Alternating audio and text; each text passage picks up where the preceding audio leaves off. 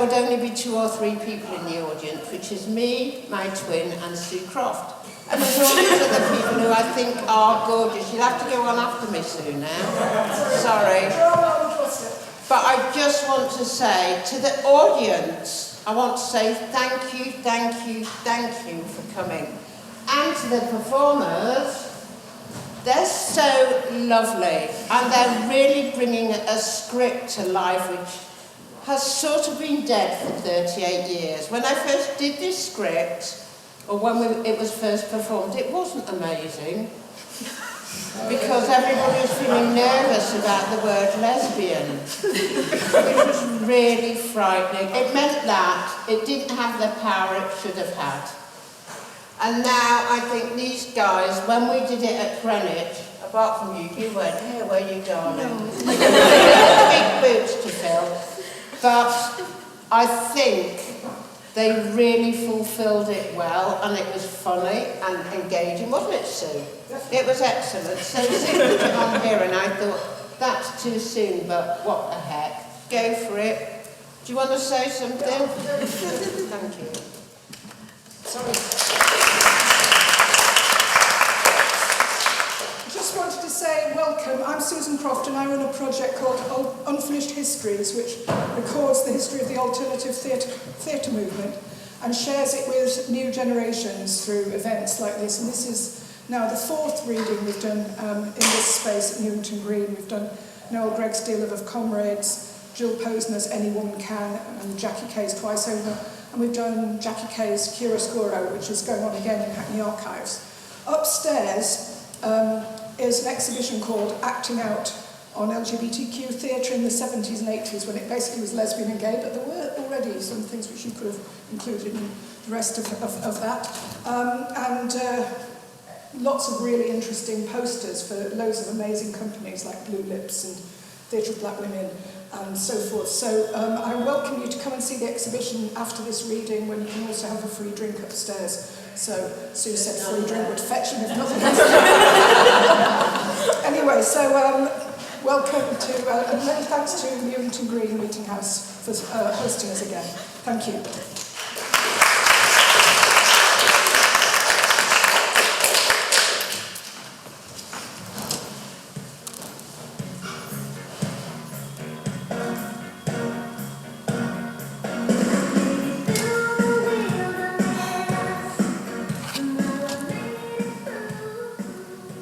This is Radio Nirvana in the North Sea, and this is Jenny Perrin with Women Time. And today's programme concerns the women whiz kids, those Wonder Women who are whizzing their way to the top in a man's world. Now, with me in the studio, I have who? And ... Must get on to that. Reference from the past, Virginia Woolf, A Room of One's Own, Gertrude Stein, and a reference to that play. No, something's not quite right about that. Hey, you're working! So am I. Let's have a look then. No, leave that alone, it's not finished yet. Well, who are ... and ... Yeah, I was about to sort that out. What is this? Oh, it's our new promotional jogging suit. Listen. Are you fat when you should be fit? Are your muscles tired? Does your behind sag and bag? Ugh. Then you need revitalizing with one of our new, zingy, springy Radio Nirvana jogging suits in sporty scarlet, cool blue, or springtime yellow for sprinting around the park, with the cool Radio Nirvana logo on the breast pocket and a large, handy pocket in the pants so you can listen to Nirvana on your personal radio cassette while you jog. Be in Nirvana in the new Nirvana sports suit. Only $36.95 plus $2.50 post and packing from... Yeah, it's hideous. Who thought of it? Ralph in promotions. He obviously goes for the sporty type. It's a bit sexist, isn't it? Really, Jenny? All that reference to fat. Women like to be fit and strong these days. Yeah, I suppose they do. Look, can I have my piece of paper back? Oh, it's not finished yet. I'd like to suggest a change.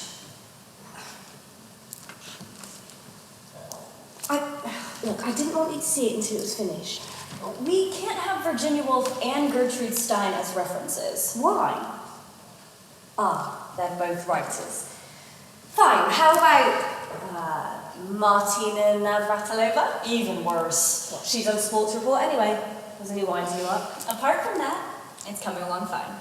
I love the title. We just have to be a bit clearer on who we're aiming at. Yeah, especially if we're applying for a government licence. Have you heard anything more on that? Not a thing, but there's a contingency plan.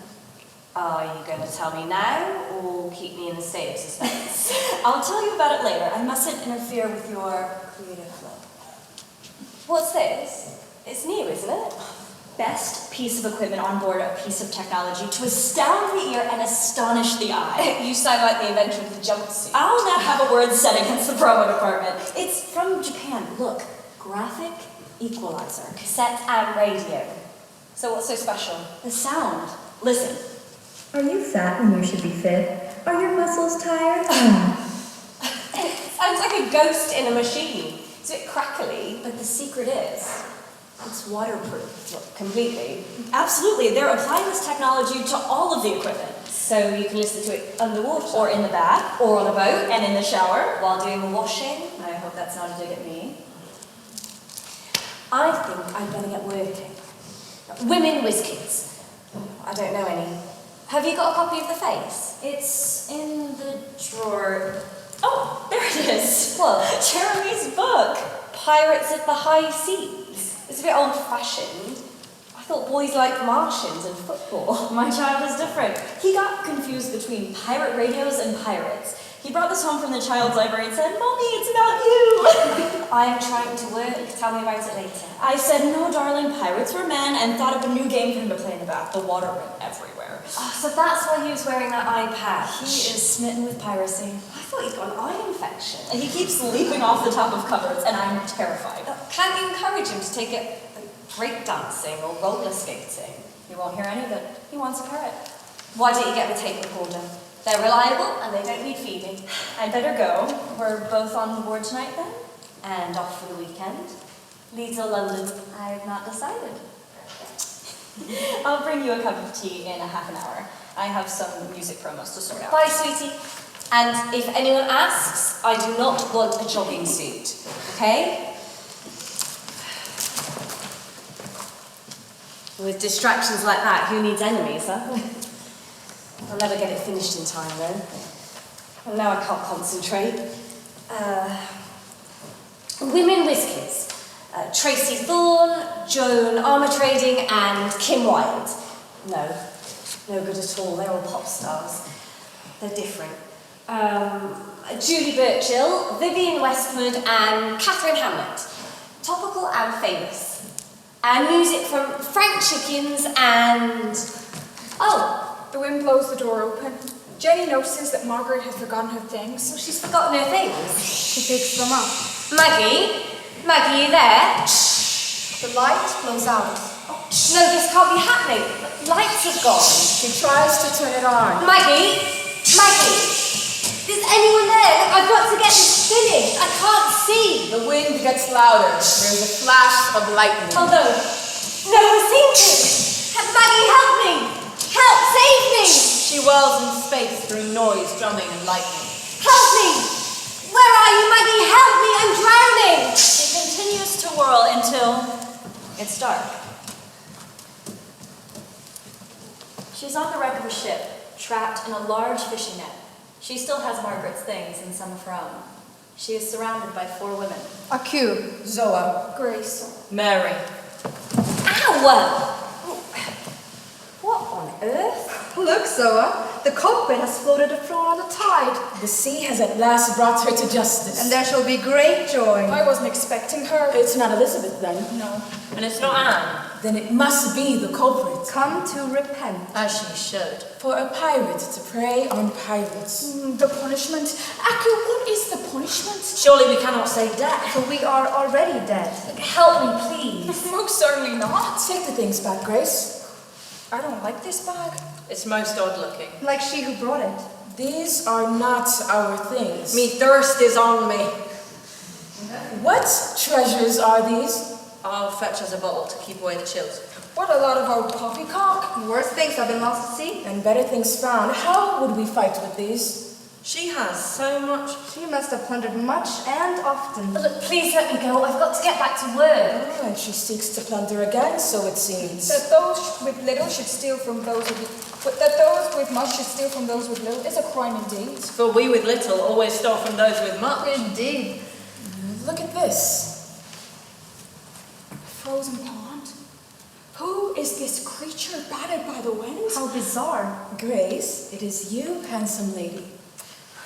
Excuse me, could you... Me? The Queen of Conrad Clue and Claire? Well, I never. What a handsome queen you are without knowing it, your ladyship. Look, Mary! A funny, bright-eyed boy I love. Oh, please let me out. I'm all tangled up. That net was a most remarkable piece of knitting. Remarkable. But these are not our things. What are they? Well, she must know where they are. Let me have a look. Ah, she's not a very good pirate. It's no gold. Or grog. Look, what are you doing? Oh, here's the gold. But it's not gold. Put that down. Oh, do hush. There's a picture here of a true love, it seems. Put that down at once. How dare you? You speak to me like that again and I'll run you through, so I will. No, Mary, not now. Please don't be scared. She can't run you through. She's lost her sword. Someone has stolen my sword. And we think it's you. No. Well, I couldn't. I wasn't here. Listen, I haven't stolen your sword, honestly. I haven't stolen anything. Where am I? We set a trap to catch a thief. And you fell into it. Hook, line, and sinker.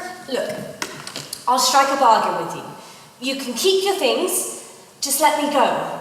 I have to get back to work. But we don't want this. Or these. Or those. I want my shoes. I want my sword. I want my drum. And I want my handkerchief to blow my nose. Oh, look, you can have one of mine. There's a paper one in my bag. Eh? A paper hanky. This one was silk. An English queen gave it to her. Queen Elizabeth, Gloriana, good Queen Bess. Who are you? Who are you? Are you Greenham women? Greenham women? I don't know what she means. She gazes with madness on us. How can you tell? I don't tell, I just know. Look, do you think this kind of behaviour will do your cause any good? This fish we caught today is very noisy. Well, then let's discuss this without interference from the fish. Aye. Silence fish, or we'll cast you adrift. I'll write to the guard. We cast out our nets Which I knitted. to catch the thieves who were stealing all manner of things. From this, our home. The wreck. We waited in all weathers, An eternal wait without rest. stopping only to pull in the nets. Those beautifully knitted nets. And found them empty. And still, our things continue to disappear. See, I have no shoes. My silken handkerchief. The sword I never surrendered. And my African drum. All vanished into the waves and were never seen again. Yeah, but this really is nothing to do with me. When I was a river pirate, We took prisoners captive. You used to. chop off their ears Then their fingers. Then their toes. and send them piece by piece back to their family. Until their ransom was paid. Or until they gave us the information we required. I think that's disgraceful. You never hurt anyone, did you? Not unless it was absolutely necessary. And God has thanked me for it. Faint heart never caught Fair Lady. So good net has caught a bad thief. But will you let me get back to my ship and get on with some work? And did you hear? She has a ship. Just as we thought. And where does this brig lay at anchor? And what flag is she under? And who are you? And what rank are you? Stop it! You're just trying to frighten me. I'd lend you a hanky, but you know how it is. Tell us who you are and where you're from. I know. She's a bonded servant from a London madhouse. Have you escaped? See, I was right. She's a crazy woman. I'm not mad. I'm a journalist. Is this a new name for buccaneer? Or a privateer. We shall ask again. Mad woman journalist, where does this brig lay at anchor? And what name has she?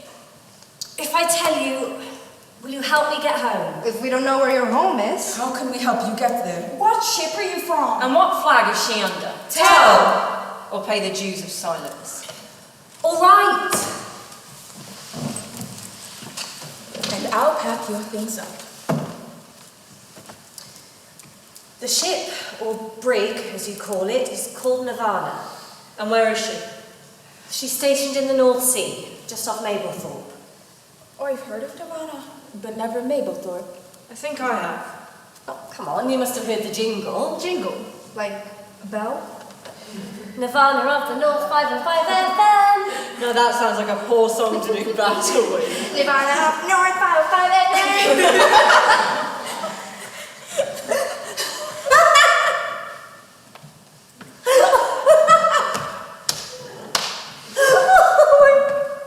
I get it now. Right, everyone, just stop the pretense, just take off your makeup and go home. Strange words to take away what little we have. Look, I've seen That's Life. I've seen Game for a Laugh and Candid Camera, so... What's that? That's life. Game for a laugh. Candid camera. You're friends of Ralph in promotions. Well, she is from Nonsense Time. Not our time at all. Paper hankies. Frozen ponds. Frozen pond is a looking glass, like a reflection without ripples. I'll get the map if you tell us your name. I'm Jenny. Jenny Perrin. Mary Reed. Mary Reed. Well, I've heard of you. Of course, pirate. That's a book. I'm a woman of books. I had a young mistress who used to show me her books. But mine was a book of complaints. Yeah, that sounds typical of you. Well, what does it say? I can't read English that well. No, it's a children's book. Children like pirates. So they'd like us then? They'd like me. I don't know about you. And you too are a pirate. Well, a sort of non-violent pirate. Does anybody know these people? Blackbeard, Chidley Bayard, Jack Rackham? I know them all. Old friends, you could say. Anne's, I'd say. Don't mention Her Majesty. Too good to join the likes of us. Who are they talking about? A trader who ran off with a man? Grace, don't. It says it here. It says 2 of Jack Rackham's crew were women.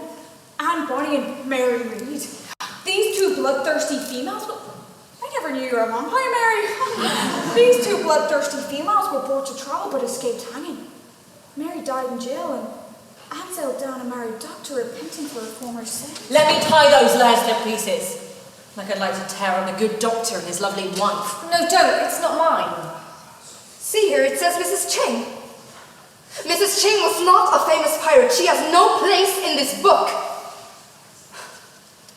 She was the woman who stole my opium and sold it at Shanghai, and who informed the Chinese Navy that my boats were in harbor so that she could attack us without fear of retribution. You should never have brought us a book with her in it. To bring Anne and Miss Chin could mean bad luck. When she was brought to justice, she groveled at the feet of the mandarins. Oh, I'm sorry, but it's not my book. And what about Ching Pang Chow? I don't know. She was my stepmother, the bravest river pirate who ever lived. She fought off the Americans single-handed, and she gave me the shoes of her lover, Brave Orchid. Who was she? She was the woman who invented kickboxing. Remember when you taught it to us? Could I forget it? It's like karate. We're not in here, Grace. Not a word. Well, I'm surprised about one, but not the other. Oh, I've dropped a stitch. But they mentioned Chidley Bayard. And he wasn't even a pirate, he was a cheap crook. Show her, Mary. 37, 38. Come on, Chidley, sell us something. I'm a man's man, know what I mean? Know what you mean. There's no one in New Providence can touch me. With a yardstick. Know what you mean. I know a good deal when I see one. A nod's as good as a wink to a blind horse. Know what you mean. Spices? You want spices, yeah? Yeah, we want spices. Look, darling, don't tell me it ain't ginger. I know what ginger looks like. Well, it ain't ginger, and this ain't tea. What do you mean it ain't tea? I'd love a cup of tea. It's horse shite and egg. You must be blind or stupid. You must have something wrong with your taste buds. Know what you mean. I say, my man, the guilt come off my chair when my good lady wife was doing the dusting. Don't blame me, darling. I got it off a foreign ship. So you never can trust foreigners. No. They're all pirates. Oh, Would you believe it? The kettle's vanished. What? It's been with us for hundreds of years and now it's gone. So no tea. Now can you see what we have to put up with? Soon there shall be nothing left, except memories. You can't drink a good cup of memories. Where's Mablethorpe? Is it near Holland? What's that? Holland, it's here. A flatland. I had an inn there. An inn. Another thing I don't know. Not knowing makes me invisible, like a shadow. But you know the sea well, better than the earth. And that's a good thing too, because some of these wiggly things down here, they have me worried, but not you. It's a beautiful map. Where did you find it? It was here, on board the ship. There's a spare pan in my cabin. I'll pour the water in there. Which bit are we in of the map? This bit. New Providence. The West Indies? How strange. Was this a pirate ship then? Well, it may have been once, but not when it came here. It was the ship that brought Wood Rogers over here from England to clean up the island. See, here's the route drawn on the way. That's Plymouth. Used to live there. I know Plymouth. Old Smiler was sent by the British government along this route. He'd have been quicker off going this way. Stop showing off. The route was perilous and badly drawn. He had met the most ferocious storms. And the most deadly, murderous pirates. Yeah. As the Intrepid limped into New Providence harbour, he put the telescope to his eye. And gazed upon the mayhem of New Providence. His face turned black as thunder. What? They're enjoying themselves. How very un-British of them. I'd better put a stop to this. But then there was an awful crunching sound. For one dreadful moment, he thought he'd ripped his breeches. But he realized as the ship went down. He floundered on the king's bollocks. They were two large rocks which jutted out of the water. And down went the Intrepid. As the pirates on shore fired a cannon salute into the water. He ruined things when he got here. Tried to clean up the island. And he closed down our best taverns. He replaced them with church on Sunday, and everyone had to work on building roads and schools and more of those blasted churches. He set pirates to catch pirates and had mass hangings, in between church sessions, might I add, and all in the name of British justice. Well, it says here he was heroic. That depends how you like your heroes. Who takes sugar? What's this box? A tape recorder. I use it for work. But you're a pirate. Well, if there's no answer, I'll assume it's 4 without and 1 with. If you're a pirate, what do you plunder? Sound waves. Listen.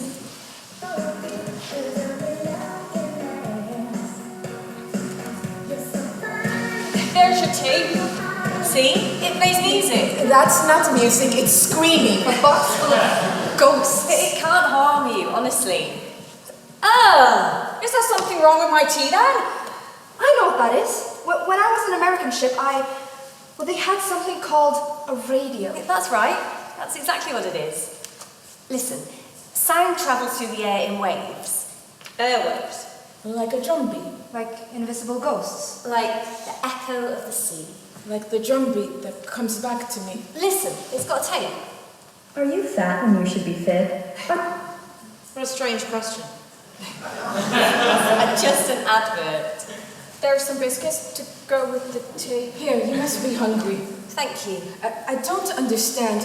What do you do with this if you're a pirate? Why do you steal sound waves? She'd be hanged, of course.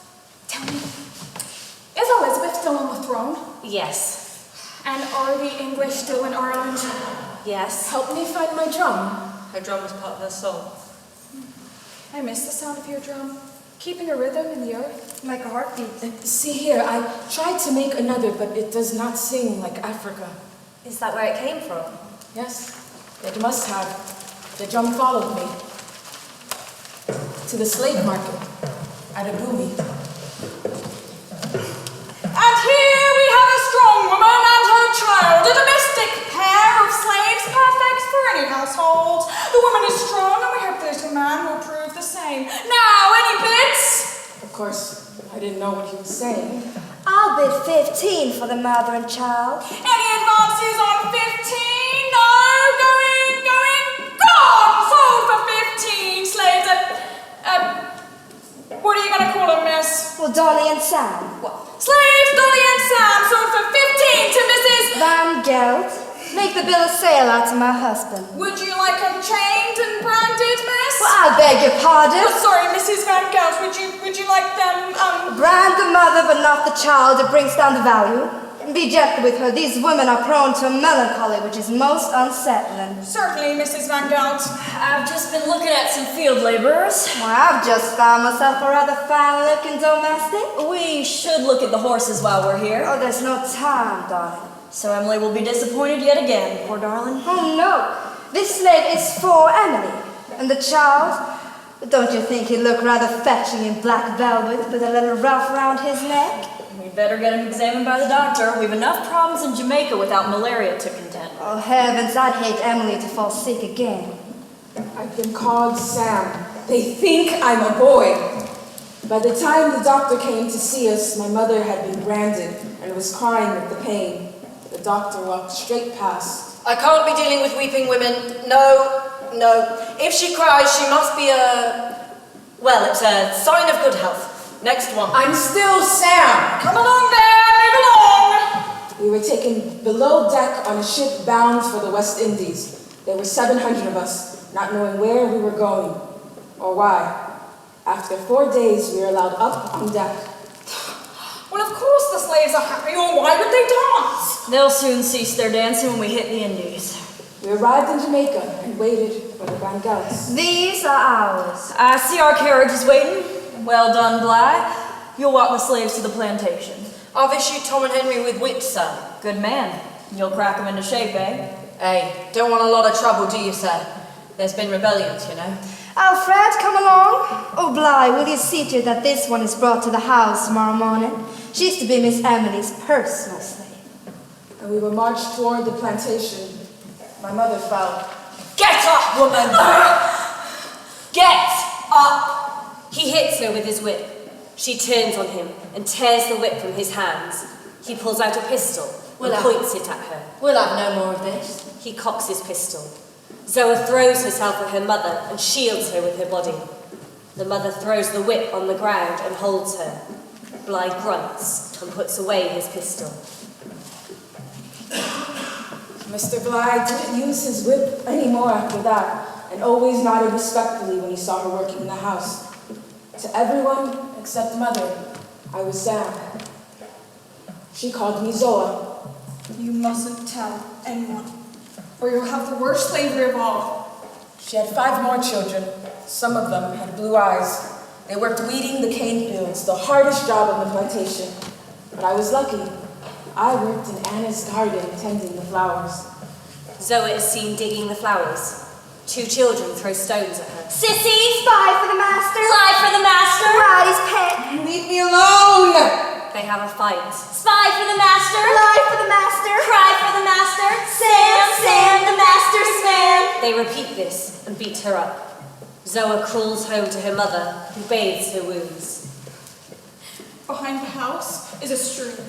You must follow this stream and it will become a river. On the river, you will find a small boat. If there is no boat, you must make one from sticks. Sail on the river towards the sea. When you reach the sea, you must sail across it until you reach America and find a part of it called Pennsylvania. This is the only place you can go. It is the only place where the blacks are free. No, Ma, not without you, not alone. You know our secrets. Yes, I do. If the master knew, he would kill us both. Your body is changing. But I still look like a But boy. not forever. You can't live a lie forever. If the master knew, he would do to you what he did to me, and I don't want I that. don't understand. Where do you think all those children came from? From you, Ma. Where else? They are all Van Gelts. That's why we lived in the house. Now he doesn't want me anymore. I'm glad, but I must work the fields and not in the house. But you've always lived in the house. I'll tell them Bad Sam has gone. A runaway slave. They'll search for him. Travel by night. Travel as Sam until you know it is safe to be Zoa. And who knows when that will be. Kissing me goodbye, she handed me a small bundle, and I left in search of Pennsylvania, a mystical land where the blacks would be free. Night fell. I sat under the stars looking at the sky, thinking about freedom. I opened Ma's parcel. A drum. Dogs, I'll head towards the river. I ran towards the river where a small boat was tied. I pushed it off from its moorings and jumped aboard, just in time. Come back! He stole my boat. There's a reward of $50 on Sandal goat. Quiet, killer! Quiet, band! Missed their evening meal. Well, they'll be hoping for a bit of dark meat then. He stole my boat. A hanging offence if ever there was one. Damn slaves, all look the same to me. Bless him. I'll have to walk home in the dark. There was a strong current on the river. I traveled on. I can hear music and singing coming from the slave encampments. I answered their singing with my drum.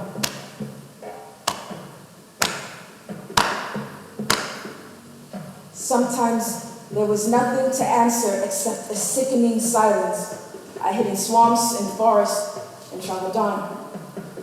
And traveled on. Eventually, the river widened.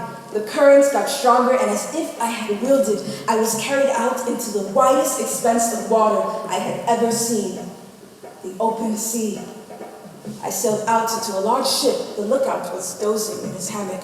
I crept into the hold and lay down and fell asleep amongst the hogshead of pork and barrels of rum. I don't know how long I slept, but I woke to the sound of music. Pierre, Jean, Robert, ici un pickaninny the old ever called Bullyboof. Oh, just my flippin' luck. A stowaway. Oh, massa, I'm awful sorry. Well, speak bloody English, will you? Come on. I was delivering for my master, and I was so tired I fell asleep right there in the old window room. Helped yourself to drink, did you? Oh, no, master. My own master did teach me to pray to the Lord and not to drink the dreadful stuff. Well, at least he's polite. Chain him up and throw him below. He'll come in useful when we get to our destination, eh? Oh, oui, mon captain. Right, all hands on deck, set sail. Another stinking cell. Oh, what a monster there must be in these waters. Let me see. What a dreadful skin. If I had me sword. Oh, you'd kill this dragon. Well, it's easily recognized. Are we going to go and find it? It's the only sea monster without a foot. It's not a foot, it's a flipper. Size 11. Well, what's a flipper? It's what a diver wears. There must be lots of them around here. Well, I hope there are not. I'll try the shipping forecasts. Do you know what time it is? We don't have day or night. Just time, eternal rocking us to sleep when sleep comes. Or waking us up when the time comes for our spirits to move in and out of dreams. So what happened to your drum? There was a hole in the wall. And that's where you hit the drum. Yes. I used to play it when the men were asleep. I think it disturbed their dreams. We've worked for you, boy. Yes, master. You see those barrels over there? Yes, master. They contain gunpowder. Yes, master. You're to pack it into that gun there. Where the gun is packed, you shall stand behind the gun there. Then, you order fire is shouted, you light the gun with a taper there, run back to the barrel and start all over again. Yes, master. If you make a mistake, you'll blow yourself up. Yes, master. So, if you're religious, you better start saying your prayers. So I became a powder monkey, the most dangerous job on the ship. And that's how I became a pirate without knowing it. The ship was a pirate ship. Are we sailing to freedom, sir? Hi, lad. That we're bound for Utopia. To Utopia. And we sailed on the open sea. I don't understand this box with strange noises. Well, it helps with navigation for pirates, doesn't it? No, not nowadays. We don't have nowadays an eternal time. Almost everyone has one, in my time. It's a communication device for pleasure and knowledge. Like opium. Or a bottle of grog. Or a bottle. Oh, what else? It's like a talking book or a captive orchestra. That sounds like a strange thing to a pirate. Why are you a pirate? How did you become one? I was out of work and a friend offered me the job. Invited you aboard.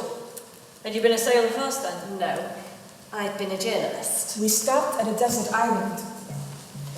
Is this land Pennsylvania then? What? Is this the land where the blacks are Oh, you hear that, lads? He thinks there's such a thing as a free black person. It's not Pennsylvania, lad. It's libertation. Now, carry these bags onto the shore if you know what's good for you. Excuse me, Massa. I said move! Massa, excuse me, that's my drum. I found this in the hole in the wall, lad. But it's mine, sir. Libertatia is a socialist island, lad. Do you know what that means? No, sir. It means we share everything. So this drum is mine. What for these men was a paradise was for others a living hell. I toiled from dawn to dusk alongside the natives of the land who had also been enslaved. The men enjoyed the luxuries their short freedom would bring. I have always said socialism can really work. But wait, it's true. Since we came here, we have shared everything. Communal treasure, Communal slaves. and communal women. And we never need to go back to France. Oh no, the guillotine. Oh, phew. Must you sound the rum punches for midway. It's not bad at all. I made it myself. To libertation. To libertation. But they can hardly move the deadly potion towards their lips. The slaves and natives were waiting in the bushes. I crept into the captain's tent and picked up my drum. I can't see straight for nothing. The whole of libertation's whirling. Must be that punch. Woo! Lad, bring the bottle over here. When I was gone, I fled into the night. The sickening screams accompanied me. The natives of that land had regained their freedom. Libertation was no more. I found a boat and put it out to sea.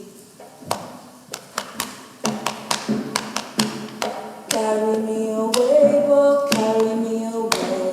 Carry me away from captivity.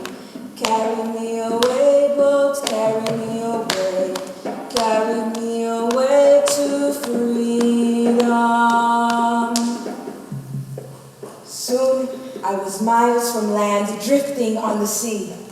A storm blew up. I clung helplessly to the sides of the boat, fell into a great whirlpool, and woke up here with a woman looking down at me. The most beautiful fish in the ocean had fallen into my nets, floating in a tiny boat with a drum tucked under her arm. We were the first. We founded the wreck and made it our home. We did so much cleaning. She was covered in slime. You stared at me for days and days. You wouldn't stop staring. I was afraid that if I took my eyes off you, you'd vanish. Just like Elizabeth. And I'd never see you again. How wonderful that there should be this place for you. We took this place for us. When I opened my eyes, I said, "Who are you?" And you said, my name is Zoa. So you must have been here first, Grace. How did you get here? "By land and sea, I don't know. Who knows where we go in our sleep? Where did you live? Before or after?" Pardon? Before or after she was lovers with Queen Elizabeth? Come on, that's not true. How would you know? You weren't there. Well, it's not in the history books. Well, who writes the history books? Do you? No. But I've written newspaper articles, and newspapers are a sort of day-to-day history book. Do you write lies then? No, I try to be impartial. One has to. Do you love women? Well, sort of. I don't actually see that that's any of your business, really. Oh, so you love men? Ugh, I might have known. Some men are all right. What was his name? Who? The one who was all right. What I meant was, They must be the ones.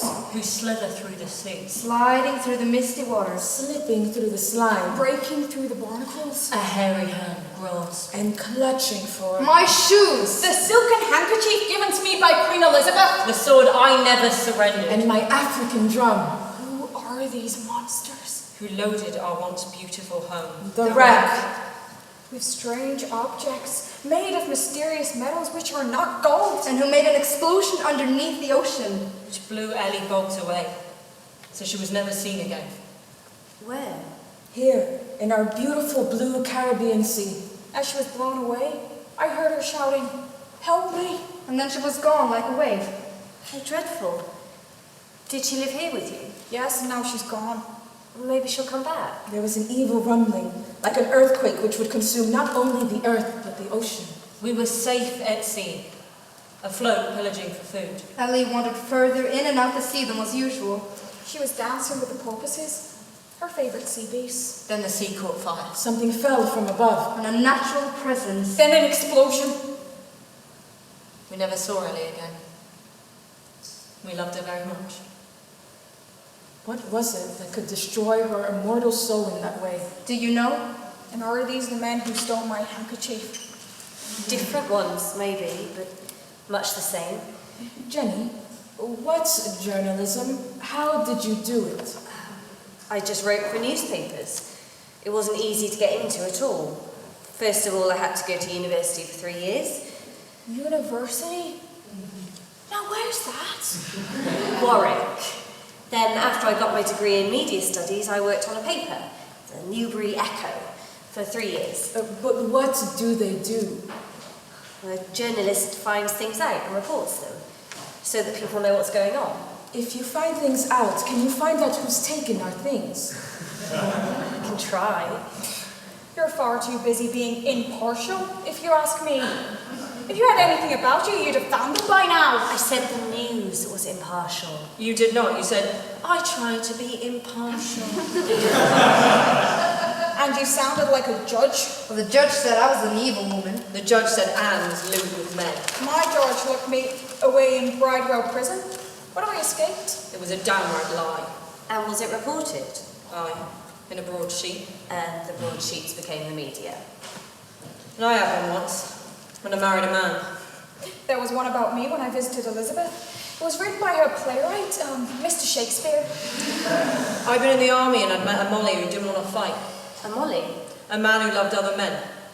We got out of the army by saying we were in love and wanted to get married. I led my army. I didn't leave it. That's when we kept the inn at Breeder in Holland. I thought you were going to collect some mussels. I'll get them, pass the part. Everyone thought it was strange, a woman in breeches. Everyone wears them nowadays. Well, I had the best luck of you all. How?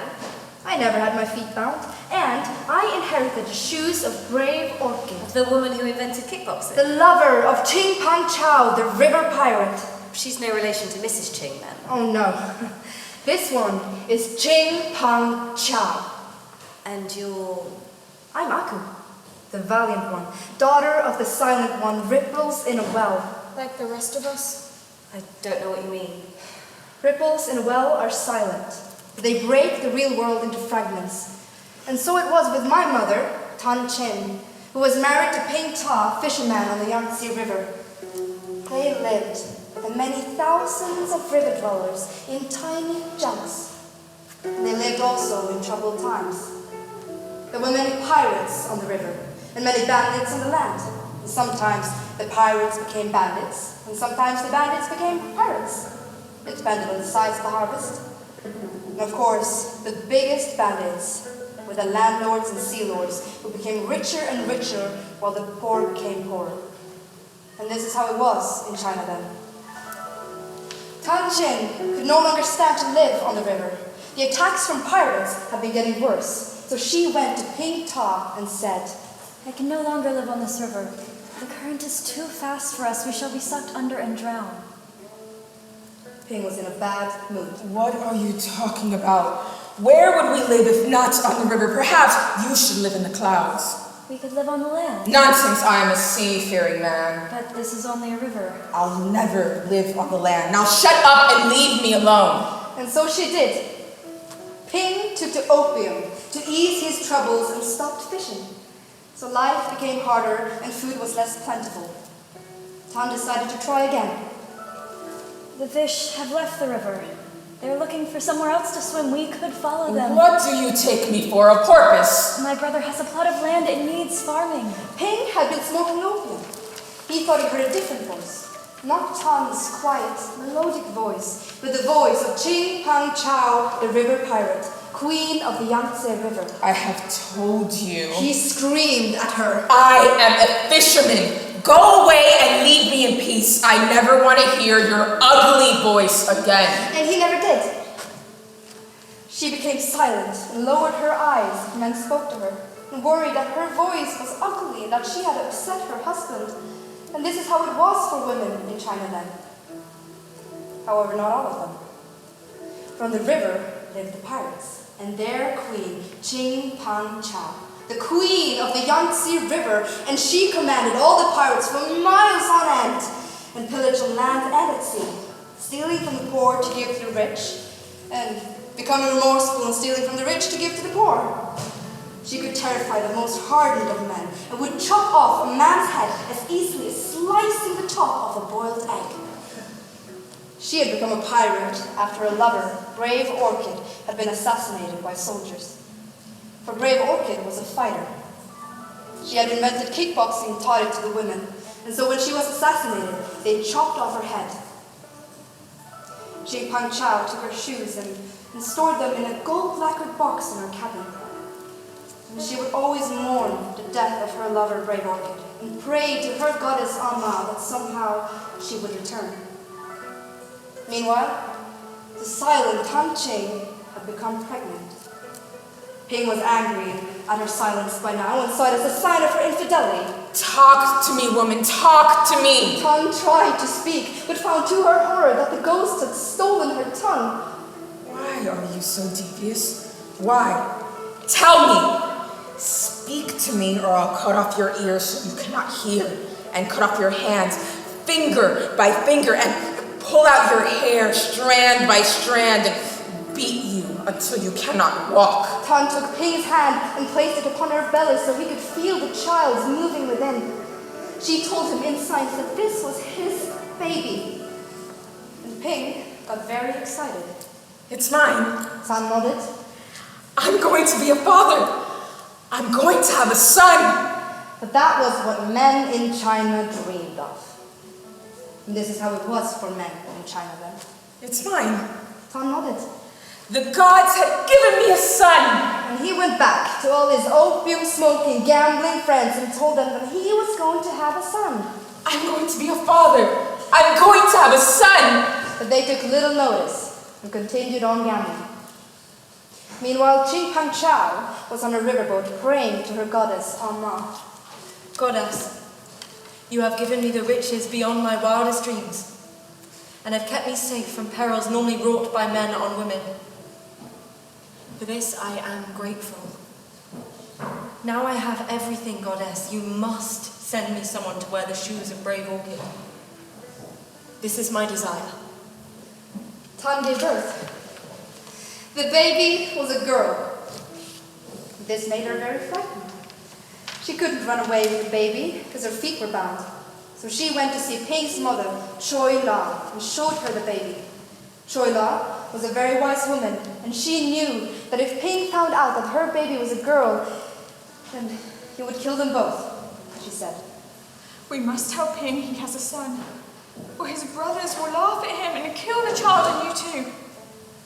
I'll tell him. He's not going to look after it, you know that.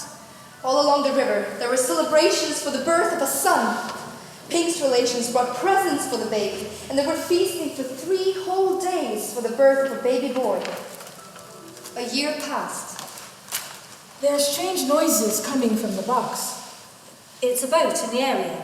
The radios picked up their conversations. Are they talking of lost shoes? No, it's me who's talking about lost shoes. It's faded. I'll try again. The baby was a year old. And her father thought she was a boy. Ching Pang Chow and her band of pirates were very busy and very rich. Everyone on the river was chasing them, apart from the fisherfolk who only chased small fry. The British chased them inland and in the South China Seas, and the Americans chased them around the Yellow Seas and the Eastern Sea. Ching Pang Chow was so busy she had not time to pray to her goddess. She had been chased into the mouth of the Yangtze River with 2 platoons of pirate junks. She was pacing the decks angrily, and none of the crew dared to speak to her. For dinner that night, she had eaten 2 chickens, 3 pounds of water chestnuts, 2 pounds of bean sprouts, and 42 mushrooms. She had drunken 4 bottles of sake and smoked enough opium to put 3 platoons of river pirates unconscious at the bottom of the river. She was ready to do battle. Towering over the tiny ant-like ships where the pirate was a Portuguese man of war and its all-American crew anxious to cleanse the mouth of the Yangtze River and get back home to Uncle Sam. Their captain was pacing the decks as well, talking to themselves as Americans oftentimes do. Damn Chinese! We'll wipe them out of the river. Damn trade routes all choked up with pirates. Well, this time, we'll wipe the pesky vermins right out of the water. He turned to his bosun. Got that? Ah, Captain, I'll load up the guns. In another part of the river, Tan Chin lay coughing, the moist noise she had made for years. Choi La looked after the baby so their secret could still be kept. And one day, Tan Chin's coughing became so bad that she brought up blood. She had become thin like a bird, and Choi La was very distressed. I'll go for the doctor. I can't bear to see you die so young. She ran off quickly, and in her distress left the baby who was crying in her crib. The doctor was a very busy man. The hard times had weakened the river dwellers. Water carries many diseases. When Choi La found the doctor's house and knocked on the door, the great man of medicine was not at home. Meanwhile, Ping, who had lost all his money gambling, had come home. The baby was crying in its crib, and the noise at first annoyed Ping. Quiet, child. Then his heart softened. He went over to the crib. There, son. There. Poor child. But the crying became louder, and the baby was hungry and hadn't quite learned the art of discretion. Oh, what a nasty smell, son. He saw a pile of clean linen lying beside the crib. You mustn't tell anyone when you can speak. And he laid the baby on the table and started to change its linen. The gods have deceived me. They have changed my baby's son for this girl devil. Help! And he ran to his brothers. Brothers, you will not believe what has happened. The ghost had changed my beautiful son and heir into a horrible she-devil. And where is her mother? Blazing around. She says she is tired. I think she has lied to you and feels remorse. Why would she do that? Perhaps she has been unfaithful, and that's why the gods have had their revenge. Of course. An unfaithful wife and her child must die for the sake of your honor. For the sake of my honor. And the men in the family bound the heaviest sticks and boulders and went to look for her. Choi La came back to the junk. She hadn't found the doctor, and she was in pain from running on bound feet. She heard Ping and the men shouting and realized just what had happened. She crept onto the boat and went to Tan Chin. Son, wake up quickly. Ping has found our secret. Quickly, come with me. She grabbed the baby from the crib and they ran outside. And they were immediately spotted by Ping's brothers who pelted them with stones. They ran on towards the mouth of the river. Choi found a flat piece of wood. She put the baby onto it and it floated out towards the mouth of the river. May these evil men never find you, she said, as the rocks hit her body. They ran on until they found a well and climbed inside, and the water covered them like a blanket as they transcended the heavens. The baby floated on a piece of wood at the mouth of the river. The current had been strong and she had been carried quickly away. Ching Pang Chu was pacing the decks. The Portuguese ship was so big and her chips were so small it was like hitting an elephant against an army of ants. The American captain lit his pipe and smiled. Ching Pang Chow pointed her guns at the Portuguese ship and shouted to her crew, 1! And the Portuguese ship sounded like an echo. 1, 2, 2, stop! Stop. Hold your fire, there's something in the water. Hold your fire. For right there, right in between the two battleships floated the baby girl, chuckling innocently. Even the American captain dropped his warlike stance and said, Holy smoke. I can't fire at a damn baby. That's not democratic, it's un-American. Which at the time it was. Ching Pang Chow shouted out, There must be no fighting until the baby is taken out of the water and brought onto my ship. and two of the biggest, roughest pirates fished the tiny raft out of the river. Of course, when they found out that it was a girl, they remembered the ancient saying, When fishing for treasures in the river, be careful not to pull in girls. and went to throw it back immediately. But Ching Pang Chu said, Bring her to me immediately, or I'll chop off your head. and the pirates groaned and said, As easily as chopping the head off the top of a boiled egg. and brought the child to her. Of course. A gift from the goddess who shall in time wear the shoes of brave Orchid. I shall call her Aku, the valiant one, and she shall live with me until she is old enough to make her own way as a warrior. Americans, we surrender. And surrender they did, without even a single shot being fired. They stayed in the river until the Americans left, and then they went back to piracy. I grew up as their daughter. The fate of Tanchin and Choila was whispered to me later on. And there were pirates in China all up until the revolution. Tanchin, Choila, Brave Orchid, and Ching Pan Chao live on in me like ripples in a well, reaching out wider and wider, breaking up the world and changing. And that's where the shoes came from? They were given to me when I was 12. I've had them all my adult life. Listen, crackling. I can't hear a crackling. I can just about... I must be the only one then. The only one what? Well, who's never had to be a male? Though Elizabeth and I were both famous for our boldness. Who are you shushing? She found something. It's men talking. The muscles have done to a turn. Well, put some on the plate then. Well, half the plates are missing. I'll do it then. I think I've got it. I hope it's not catching. Aku, Thor, Mary, me, Jenny.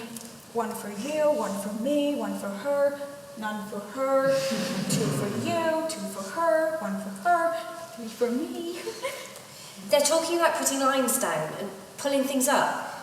They say the ship is stuck in the mud. That's it then, you know. Oh, Jenny has hardly any. Oh, she can have some of mine. And some of mine here. Yeah, and Grace's, and mine. I couldn't get the last bit. Could you be a bit quieter? Oh, Grace, you left yourself without some. Have some of mine. I don't want all of these. I'll have some of Jenny's. They said something about a museum ship. I didn't quite hear. What kind of ship is a museum ship? Grog, anyone? For me, some sake wine, please. Where did you find that? My secret. But I keep missing it. He said something about blasting. Oh, it's probably the English then. They'll blast at anything given half a chance. They won't come for us. They don't even know we're here, do they? They're talking about barrels of pork and bottles of rum. Something about taking them away for analysis. Oh, damn their eyes, they'll not have my rum. Were they talking about us? I don't know, I couldn't hear. They might be. It's gone. Well, why didn't you find out? I couldn't hear a thing. You were all making the most awful din. They're really going to take our rations. They're for emergencies, for if the sea dries up. And there's already a lot of food up there. Judging by the amount of shit in the water. No wonder the mussels are so big and juicy. More grog, anyone? I don't want these. I couldn't hear what was happening. It was something about a museum ship. I just don't know what it could be. What do you expect it to be? I don't know. Are there a lot of wrecks in the area? Hundreds. Ships go down all the time. But the Intrepid is the best. Because we cared for her. I remember finding her. I live on many wrecks, but none as lovely as this one. We uncovered hundreds of barnacles, and there she was, lying underneath. A perfect home. From starboat to stern. That reminds me, who's on barnacles? I'll do it tomorrow. Oh, I tried to get them off a week ago. They're stuck worse than limpets. Jenny, what would a museum ship do? Tell lies, I should imagine. No, it stores history.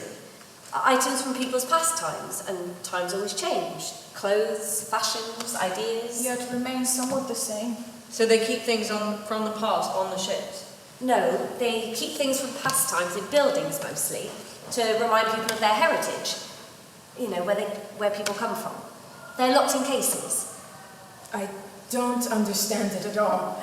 So somewhere in one of these buildings are drums which remind Africans of Africa. There should be. But who would play them if they were locked away? Sounds silly to me. Especially if they're locking up the grog. So, my hanky is going to end up in a museum? Well, it could do, if someone found it before you did. We should be back to sleeves then. Oh ho, just listen to Lady Greensleeves herself. I'll bet they're full of men. What? Museums. It's like the damn book. And the damn radio. Lies, lies, lies. Well, they can't take that plate at least. They've got my sword. I know it, they are. Blast their eyes. Mary, listen to that language in front of our visitor. I think Mary's right. What do you think, Jenny? You know what's up there. I don't know. It's obviously an underwater expedition or something. We should smash everything before they take it away. What if they try to take us off the ship? Well, we'll stay here while we can. If we can. It might not be anything to do with you. Maybe they'll take us to the museum. Or lock us up like prison. It's all just lies. A great big net full of lies to catch us up in. But maybe it's not us they're trying to catch. So, be calm. I'd have a good cry about it, but they've taken my hand key. They'll not take us from our home. We mustn't waste what little we have. Don't get upset, Mary. We don't even know that it's us they're after. Well, I can't float without a home again. It's bad enough to go without shoes. Are you sure you didn't hear more? I couldn't. But we'll find out soon. Shh! I can't fight without a runny nose. Nor I without a sword. And these muscles have gone flat. Well, you shouldn't have thrown them on the floor. So, if it is us they're after, then there's nothing we can do. You mustn't get despondent. You mean we? Okay, we. We can't give up. I've never lost a Defeated. fight. I've never lost a fight. Now, even in our time, against the enormous weapons of the 20th century, women are still fighting. What's she on about now? Remember I mentioned Greenham women? No. More grog. They're women who went to a place called Greenham Common to fight for world peace, because they believed in it. World peace. I'd sooner get gold. There are bombs at Greenham that could destroy the world. All of it. Yes. Women went there because they wanted to stop men making these bombs.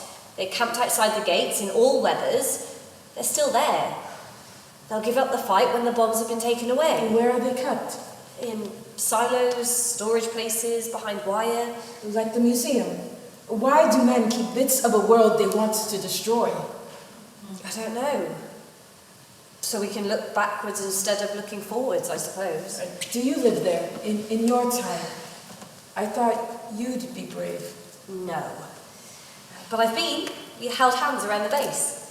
If I was there, I'd kill those men and steal their bombs. I felt a lot of good that would do. Now, Elizabeth, she'd know what to do. I can't imagine the Queen at Greenham. Come on, Grace. She'd have been in the same position as us. She's always tried to be fair.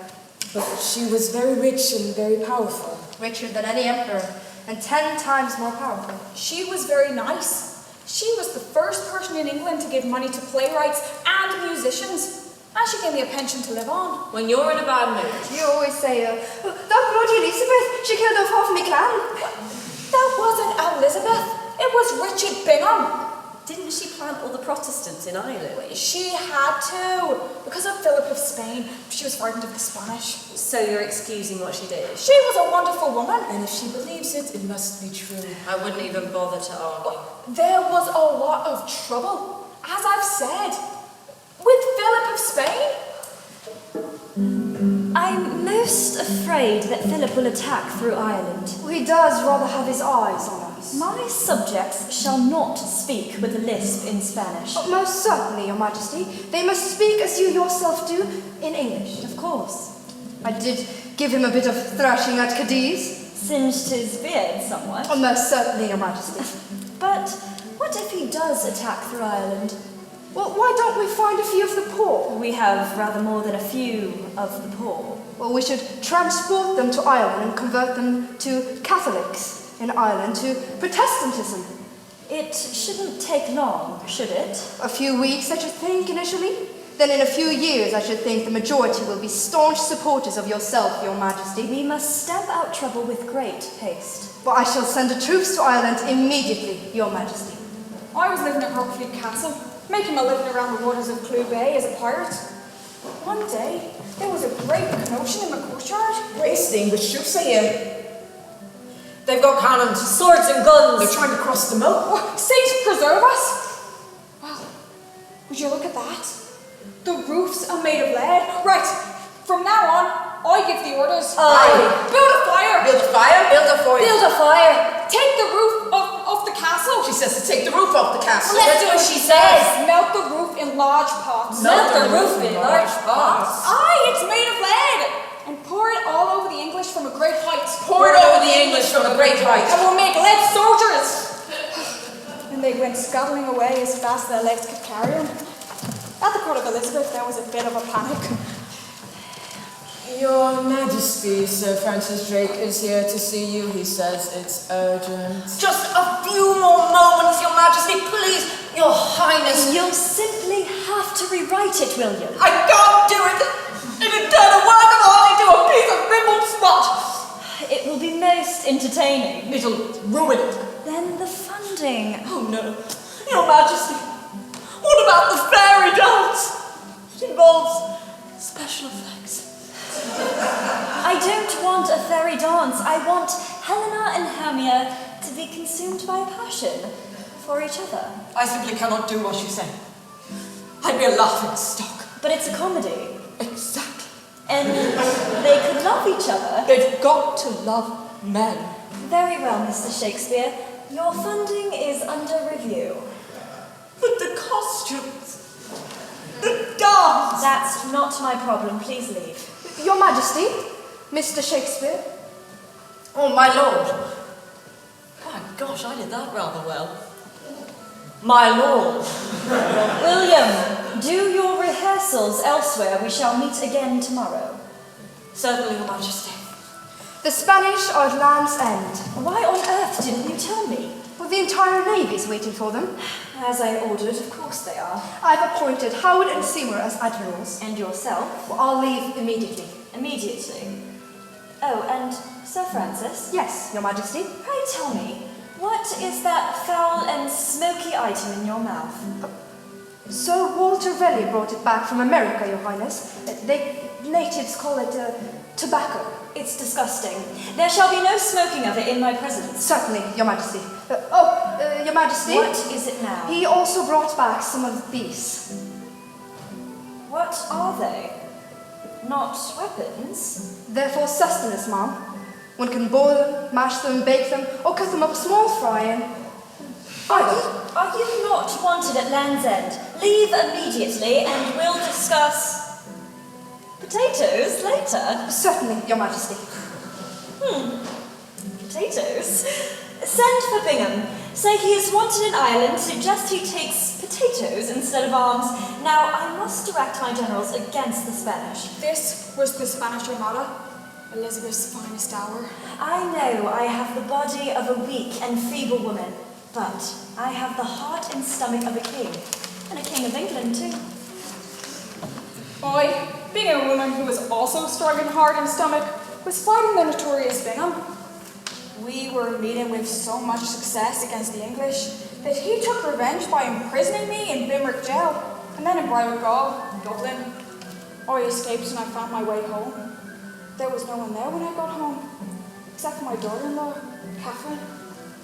Kate, it's me. I'm home from the grid. Where is everyone? The English were here. They murdered Owen and Edmund. They killed our cattle and they stole our supplies, and all they left us were these. What is that? A potato. We've had nothing but for months. Oh, Grace, you must flee. Bingham has instructions to track you down wherever you are. Flee nothing. Flee in his ear. I'll write to the Queen immediately and demand a pardon. And I did. And sure enough, I received one.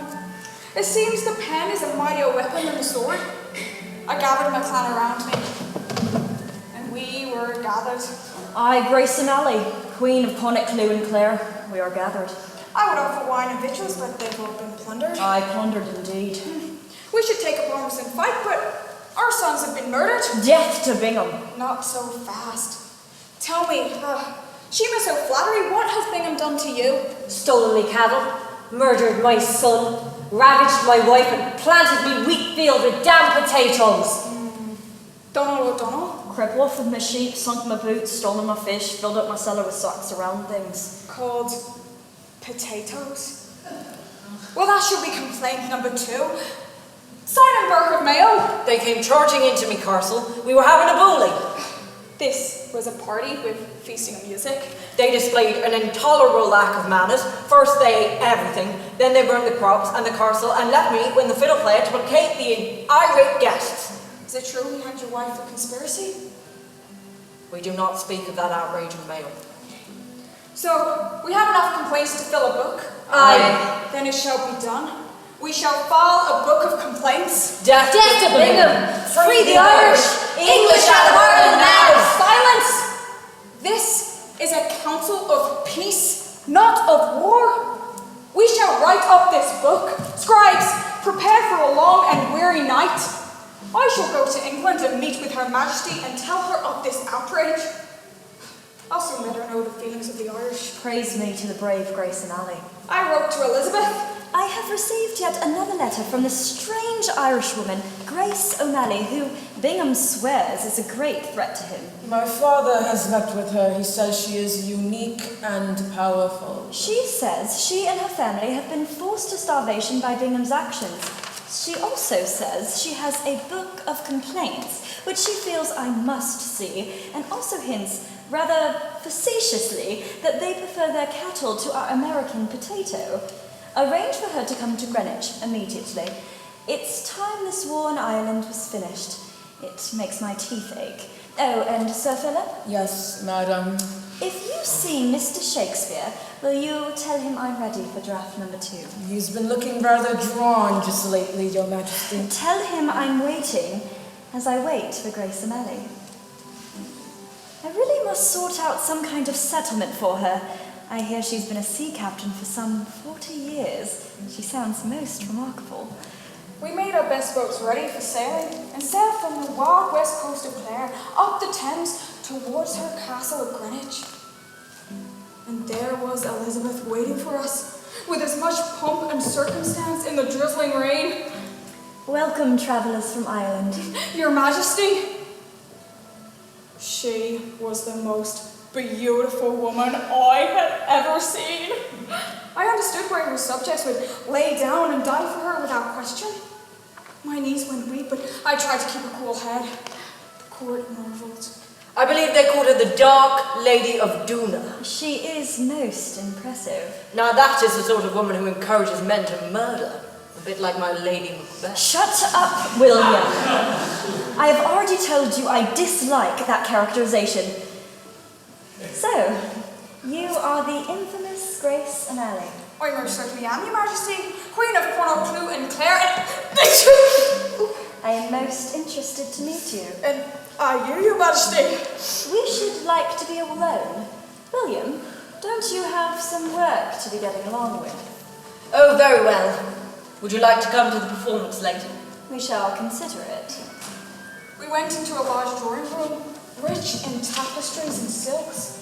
She herself was wearing a dress containing more jewels than were contained in the whole of Ireland. You have a book of complaints. It is here. Bingham will be removed from Connaught, won't he? I thought you'd come to beg pardon for yourself and your family. Well, yes I did, but... It shall be granted, as requested, and we shall provide cattle and moneys to compensate for losses in order you shan't suffer in old age from any loss of dignity. And shall you guarantee your safety, Your Highness? You have acquired a chill on the journey. I most certainly have, Your Majesty. This shall help you better than the sleeve of that gown. I took the handkerchief from her and I blew my nose. My speech immediately became clearer. We talked for some time. I hear your marriage was dissolved in 1 year. Ugh, I couldn't be married and quite as well. I need a good night's sleep if I'm to command my men. I too feel my strength has come from my chastity. I gave England a golden age which would never have happened if I had a man stood by my side. Should you like to see a portion of Mr. Shakespeare's play, perhaps? He's a good writer, but he thinks he cribs from his sister and Anne Hathaway. I'd be delighted. Ah, Pyramus and Thisbe. The actors are at hand, and by their show you shall know all that you are like to know. We watched the actors in a play being actors in a play, a most peculiar form of entertainment. The next day we boarded our ship and returned to Ireland, me with my promises of protection from the Queen and my silk handkerchief hanging from the mast like a flag. And did she keep her promises? She gave us back some of our land for growing things, and she awarded me a pension of sorts, which wasn't really enough to live on. No, they never are. I had to go partying again when I got home, though I seemed to have some immunity from the notorious Bingham and wasn't in prison again. Did you get anything you asked for? Well, if the truth be known, I gained very little. But I had met a most remarkable woman who I would love to the end of my days. But you were too shy to even offer a kiss. Not been so shy since. What kind of love is that? A love as pure and honest as the giver wishes to give and the recipient wishes to receive. I loved Elizabeth to the end of my days. And how did that end come? Get the seaweed out of your ears. I've told you many times. In bed at a late age, when all my partying was done. Alone? I should hope so. In my dream, my sleep tie was cast adrift in a boat. A whirling started, and I awoke here at the bottom of the ocean, clutching my handkerchief. I hoped Elizabeth might join me, but being a celestial being, she probably went to the sky. So you really thought she might come here? She will come here. You can never expect anything from a royal promise. She never gave Ireland back to the Irish either. No. All she ever got from her was these damn potatoes. Oh, the money that e'er I had, I spent it in good company. And of all the heart... I've got it. I've got the news. It sounds like a series of bleeps and crackles, like crazy Morse code. Operation Deep End. Sounds like a battle maneuver. At least she's not being impartial. It's Operation Deep End. Of course. I've heard of it. The British Navy and some American divers are raising wrecks off the coast of Nassau. And where is Nassau? Oh, you were right. Can we talk to them? Hey you, have you got a pair of shoes? No, they can't hear you. It's not a transmitter. I'm sorry. Should we hold hands? No. Didn't work at Greenham either. There's a report of the things they've brought up. A handkerchief, a pair of shoes and an African drum. Amongst other things, pots and pans. We must not be defeated. Shh! They think they found a monster when they were pulling things off the wreck. They didn't mention a sword then. Maybe it's here somewhere. Well, it's probably in your cabin under all the seashells. I've swept them away. Couldn't have swept my sword away. I don't think you did. What about this blasting? They're going to drop their bombs on us. They're bombs which can destroy the world. I don't want to disappear, not after it took me so long to get this far. Tell me, is it warm in the museum? Yeah. You couldn't go, Grace. You couldn't leave us. Oh, it's very tempting. If I had my sword, I could fight them all. My beautiful sword with its trusty blade and jewelled handle, pirated from a Spanish ship. We were going to kill the guard with it. Could have escaped. And why didn't you? I don't know. We planned it one night, and when I woke up the next day, I was here.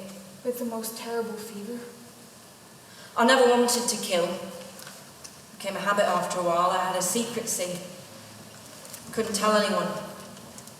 I was a woman. Well, I'd always been a boy, always, from the time I was 3 years old.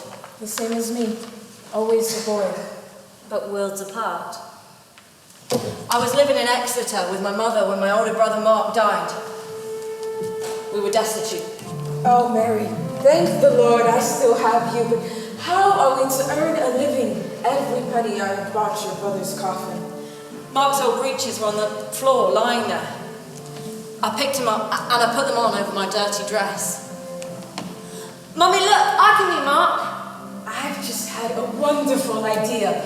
Alfred's mother was very fond of little Mark, and she's not short of a bob or two. Alfred was my father. He deserted my mother. We're going to live in Plymouth with your granny. You'll have to be Mark, mind. If anyone asks you what your name, you say... My name's Mark, and I'm going to be a sailor when I grow up. So we went to live in Plymouth. And Polly was right, Alfred's mother paid for our keep. Eventually she died, leaving everything to Mark, but Mother took it. She was drinking heavily. I was 8 years old. Mom, can Can we stop playing Mark game now Granny's dead? I want to be a girl now. Don't you bother me, you hear?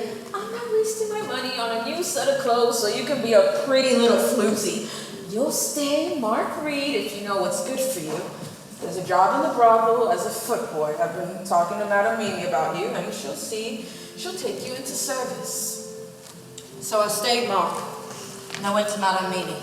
Come here, ma petite, and sit at my feet. Ah, no, ma petite. My feet, I say. Such a pretty boy. I've never known such kisses. Made me feel all warm inside. Mark, I have a new suit for you, ma petite. Zana, you are like a little prince. I stayed with Madame Mimi until I was 10. I was extremely happy. Except, of course, when I had to go home to visit my mother. I hope you're not going to tell that French tart you're a girl. Oh, Mum, it'd be so nice to be a girl just for a day. You're looking a little fat. Come here, I want to feel under your shirt.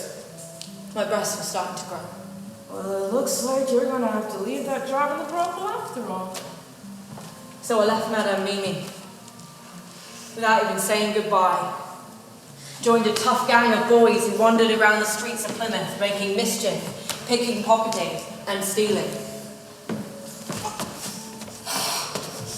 Ow! Let go, you're hurting me! You're coming with me, young man. There's a magistrate will have a few words with you. I don't know what you mean, it's a mistake. Who's your mother, huh? I don't have a mother, sir. What about your father? He's dead too, I'm an orphan. So if you were transported, you wouldn't be missed, huh? Wasn't me, honest. Stop it, please, kind sir. Well, it just so happens I'm looking for boys like you. I have a ship in the harbour waiting for recruits. You'll be too busy working to steal. So I joined up as a sailor with His Majesty's Navy. Thought I'd see the world, but all I saw was Plymouth Harbour. When I was 15, I deserted and I joined up as a soldier. Is that when you met that Molly? Jules, yeah. Became so unbearable having to keep every bodily function secret, so we plotted to marry between us. It got us both out of the army, but it only lasted for 6 years. He died after that. I didn't want to keep the pub on my own, so I went back to England and became Mark Reed. There I joined a Dutch ship sailing to the Caribbean. I could speak Dutch because of the years at Breda in Holland. In the Caribbean, we attacked by pirates. Now look here, you damned Hollanders. I'm going to cut the lot of you adrift in tiny boats in sharks-infested waters and watch you drown. Oh, blast them. They don't understand a word I'm saying. Does any of you ignorant foreigners speak English? I'm English, sir. Why, damn me blood. A Britisher. What, sail with me, lad, and I'll give you doubloons to drink. But if you won't, rather than leave an English land on a Holland mudscow, I'll slit your bone case from top to bottom. Could I refuse such an offer? I became a pirate. Though at first I was most afraid to be amongst such fierce-looking men, and frightened that I might be discovered female and ravished by these savages. Hey Mark, come to my cabin tonight. Have a bottle of rum. I don't drink rum, sir. Oh, come on, boy. You know what I mean. No, sir, I do not. I'll bet you're a virgin. Come on, Mark. Enjoy yourself. Please leave me alone, sir. I'm not well. I've got the pox. So have I, boy. And it can't get any worse if we share it. We shall not share it. That was not the only time I killed a man rather than be discovered. For who knows what fate I might have been. We lived and pirated around New Providence, the pirate's haven, a Caribbean paradise, where we lived amongst the spoils of piracy and shared in it equally amongst ourselves. Many were privateers turned pirate. You see, it was all right to plunder foreign ships and take the booty to the English government, but not to take it for yourselves. It seemed illogical to us that someone else should take the spoils of our own labour. Then the British sent Governor Woodes Rogers to clean up the island. It was about that time that I met Anne Bonny. She was in the House of Lords, a local inn, enlisting a crew in the sail to Cuba. I still need a map reader and a tiller artist. We've a buzzard who can put his hands on some fine opium. That's not what we need. Excuse me, Miss Bonny. I was sitting at the next table. Yes? I'm Mark Reed. I'm a tiller artist and map reader. I don't take opium and I rarely drink. Most unusual for a pirate. I think it's best to keep one's wits about themselves. It certainly is. I've been working these streets for 3 years. Just had a pardon from the king. It was probably a fraud. There are hundreds of such pardons in New Providence. I heard they tell them they were pirated off a ship. We're getting out before this Governor Woods Rogers returns our pleasure. You're most welcome to join us. She looks a bit young, but this is a man's work. I'm 19 next birthday. I've been working since I was 10. He's so pure he could be a spy. I heard that calico, Jack Ratman. I'm no spy. You can check that out with Mr. Blackbeard if you like. He's known me since I arrived here. Well, I'd rather not have any dealings with Blackbeard if you don't mind. We sail early tomorrow. Welcome aboard, Mr. Reed. Thank you, Miss Bonny. Oh, she smiled and the sky lit up and the birds sang and the sun shone from a stormy sky. I couldn't stop looking at her. And every time she came near, I tried to impress her and ended up making the most awful mistakes. Careful, lads! Watch out! What is going on? Oh, Miss Bonny, I just steered the boat a bit wide and We were almost upturned. I'm so sorry, Miss Bonny. You look a little feverish, Mr. Reed. Are you all right? I think I ate some bad bully. How would you like to dine with me tonight? Oh, yes, very much. I'd be delighted. I dine at 8 bells. You'll be there then.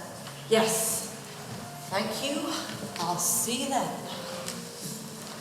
Oh, I spent the day in a state of feverish excitement, wondering what I should say to her.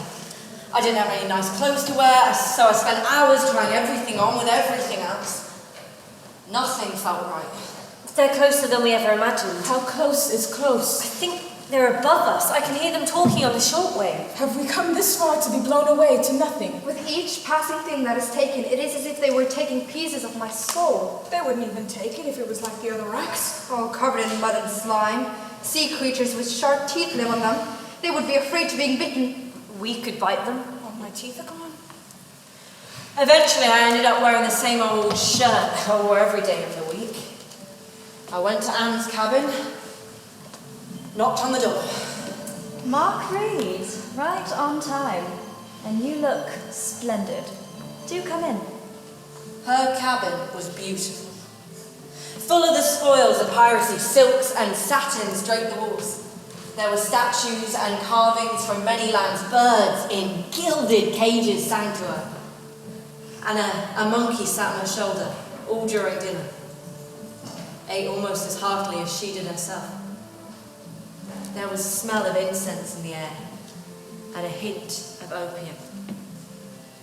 She poured me a glass of wine. Do you have some wine, Mark? Maybe I drank more than I should, but I know that as the night wore on, she talked more and more about herself.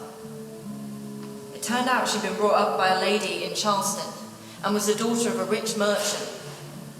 About myself, I talked very little, and then only of Mark, whom I'd invented. I thought I was dreaming when she put a hand on my knee. Oh, Miss Bonny, no! You can call me Anne. Well, You're a very beautiful young man. I would like for you to stay here with me tonight. I think I'm on watch. If I order it, you don't have to take your watch. I really can't. You won't be disappointed. But you might, you see, I'm... Shy with women. Oh, most dreadfully. So, you don't want me to touch you? Well, yes, I do, actually. Then what's wrong? Oh, I'm a woman. And you thought I didn't know? And she smiled. And the sky lit up, and the birds sang, and the sun shone from a stormy sky. I stayed with her for 3 days. On the 3rd night, we were awakened by someone banging at the door. It was Calico Jack Ratman. Go away! Anne, what are you doing? Sleeping! What does it look look like? Not greed in my wife's bed. I'll kill you! Mark is prone to dizzy spells. I was merely resuscitating him. I'll soon wipe that smile off your face. I challenge you to a duel! Methinks you wouldn't feel like a duel at dawn, Jack. Well, it's a matter of my honour. What if the crew were to find out? That Mark's a woman, not a man. They'd laugh, Jack. What? The captain of a pirate ship, cuckolded by a woman. You mean... Get out of here and leave us alone. Next time you come into my cabin, leave your sword outside. So off he staggered, and swearing with drinking stains all over his calico shirt. What would you do if your ship went under? I'd apply for another job. Television, maybe. That's what I want to do. Television. A talking picture sound wave, I think. Or I could go back to working on a newspaper. Journalism. That's right. At the moment, I'm working on a programme about women. Successful women in our time. What's successful? It's women who achieve what they want. Money, fame.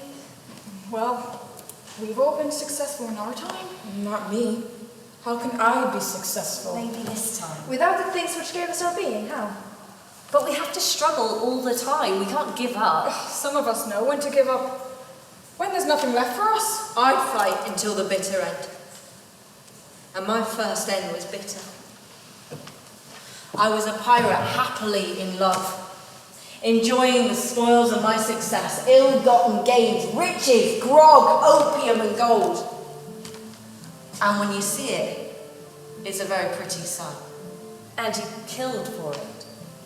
Once you've done it once, the hairs on your neck don't rise up in quite the same way. It becomes easy, like breathing. I could kill you now if I had. Didn't we fight off the whole of the Navy single-handed at the bitter end? Wisdom out from Aunt Bonnie.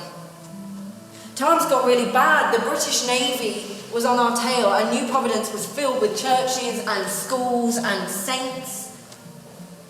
We'd nothing left, and we'd been reduced to piracy for food. We had waylaid a turtling ship with a cargo of 4 turtles, and the most enormous barrel of rum. The turtles are horrible, but the rum tastes like nectar. We'll give a drop to our own benefactor, eh? Did you want a drop of your own rum? Aye. You're to keep your mouth shut, eh? Or there'll be more than turtle blood on the bottom of your boat. Aye. Mistress Bonnie, would you like a glass of rum? Oh, no, thank you. I'm over my ears with rum. So the crew of the turtle boat and the pirates all got heartily drunk. Then it was time for the turtlers to return home.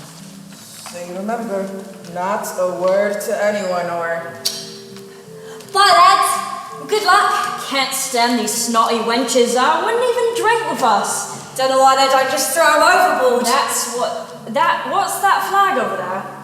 Looks like a British flag. Ain't there a reward for those foul wenches? I'd say there must be. Ahoy there!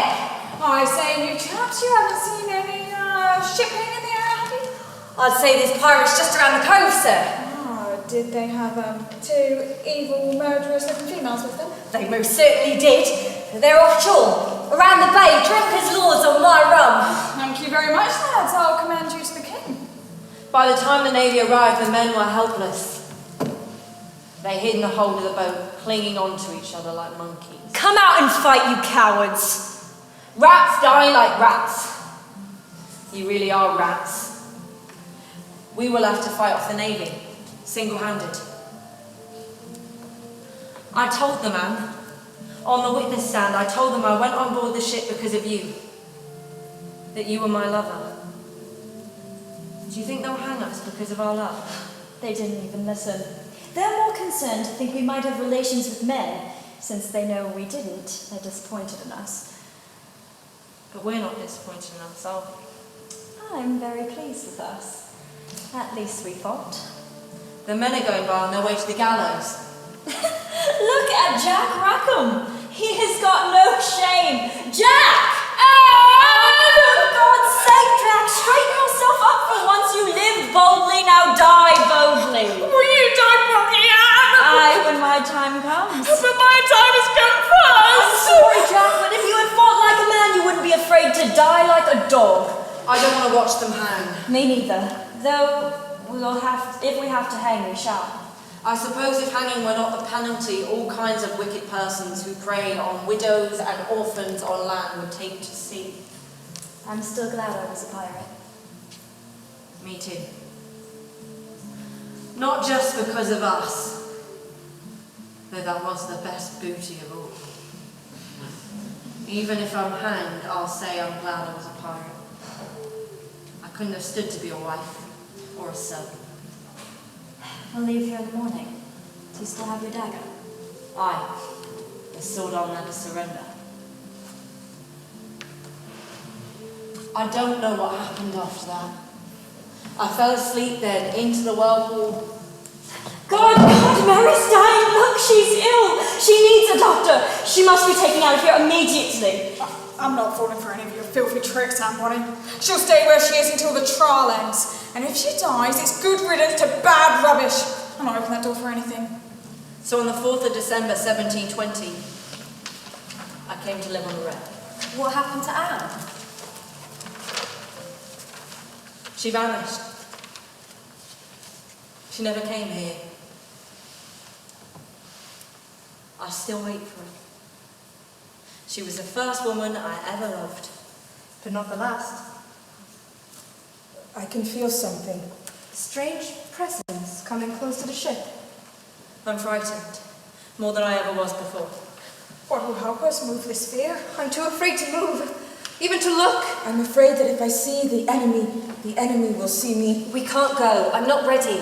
Will you bring your box with us, your radio? Of course. Maybe there's another wreck that will hold our souls. Then we must leave all this behind. So much work. We could save ourselves if we felt brave enough. With courage, we could guide Operation Deep End. To its own end. If you had free choice, would you come with us? I'd like to go home. I've got something to finish. Wouldn't we all like to go home? If we had free choice? But we've never had free choice. But we've had a lot of stuff for free, eh? Perhaps I could knit another of Minette's. See, this one's coming along nicely. If we found out which was the museum ship. Maybe we could guide it. But they might end up down here. We don't want them here. This is our place. If you find your way back to Normanno, what will you do? Work, I suppose. I have a lot of new ideas buzzing around. What do you mean, buzzing? 151, 152, 153. Change over. Up until now, I've been very scared to let go. As if you were a fish caught on a hook. Trapped in a net, really. You see, I wanted the job as a stepping stone to a career in television. Which is the same as training for a sailor when you want to be a pirate. Exactly. But the problem is, I'm a lesbian. What's that? It sounds like a government official. It's a woman who loves women. So I'm lesbian, and we all are lesbians. I like the sound of that, but why is it a problem? Because I have to keep things secret. There are things I just can't talk about. And if I said to the people I work with that I'm a lesbian, they wouldn't let me work on the ship. And I certainly wouldn't get a job as a television presenter. So you should stay with us. This is the only place I've ever been free. Yeah, what makes it even worse is that my lover got me the job. And a pirate station's meant to be a radical alternative. To what? The government-run radio stations. Which tells everyone what they ought to do. I think I understand about radios now. We've got to do something very quickly. I can feel the shadows closing in around us. We're going to be blasted out of the water. They're poised above us. With their weapons directed at us. Can we turn the tide? Before it turns against us. Who knows where our next ship will take us? And if I will travel alone, or with you. Are you leaving us? Are you going? Well, I'm staying. I'm staying to fight with you. Hold on to my hand. I'm being pulled away from you. It's not finished yet. It's not finished. It's too early. I can't leave them. Just when I was learning so much, they've got to take me back. Perhaps if I just close my eyes. Mary, Grace, Zoa, Aku, ripples in an ocean. Soon there should be nothing left, except memories. If you're a pirate, what do you plunder? Women whiz kids. No, No. Her drum was part of her soul. So, Mary, Grace, Aku, I can reach out and touch you. You are so real to me. Come back! Save me! Here's your tea. What's wrong? Nothing. I had an idea. What was it that could destroy her immortal soul in that way? Sorry, what did you say? You had an idea about the program? Yes. I want to change it. All of it. The whole thing. It's a bit late, isn't it? There's nothing wrong with this. It's absolutely fine. It's not. Look, I've had this amazing idea. Amazingly late, wouldn't you say? Jenny, the controller's waiting. I sold him this idea and it took a great deal of arguing on my part. It's up to us to carry it through. Otherwise, you're letting me down and the entire team. Well, what about women's history? Oh, great. Housework and factory work. Very inspiring to our listeners. So what's wrong with that? With that kind of work? It's what most people have to do anyway. So why don't you? No, I mean something else. Look, why don't we do something on women pirates, for example? It's exciting, it's thrilling. It would take weeks to research, and this goes out next week. I've already done the research. I've got stories here on tape. So that's where it went. I was looking for that all over the ship. Look, we could follow it up with women stories of modern struggles. Oh, Jenny, please, I can't bear it. I know it's not fashionable to write about Greenham, but we could draw parallels. I can't stand it. You've only been to Greenham once. Jen, I want women whiz kids, not a lot of women in wellies. What is the point of us having this station if we're just catering to the people who are already catered for on the BBC and their local stations? That's not what we're doing at all. We're aiming at an entirely new market. We can't agonize forever, Jenny. Feminism's dead, or haven't you realized it yet? But what about ordinary women who are extraordinary? And people who don't have choices about whether or not they're going to be successful? You have gone Barnaby. We could have community access. Lots of things. We cannot just interview whiz kids who do well because they're lucky enough to have someone make the investment in their talent. I have worked for everything. Everything. And I'm not going to lose it because of some radical notion of yours. This is a commercial station. It cannot and never will be a community access station. Just calm down. I'm sorry if I upset you. Just listen to this. It speaks for itself. Well, it's hardly speaking now.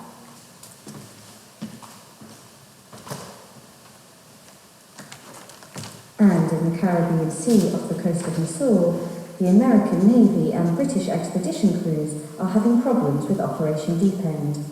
That's the operation to raise the wreck of the Lady Intrepid from the ocean bed. The Maritime Museum and the American Navy both suffered huge losses today when one of their vessels capsized in heavy weather. A spokesman said it would take at least another year before they were able to resume operations. The Maritime Museum are very concerned that certain items which were bound for Britain have fallen so far down into the seabed that they may never be recovered. My shoes. My handkerchief. My sword and my drum.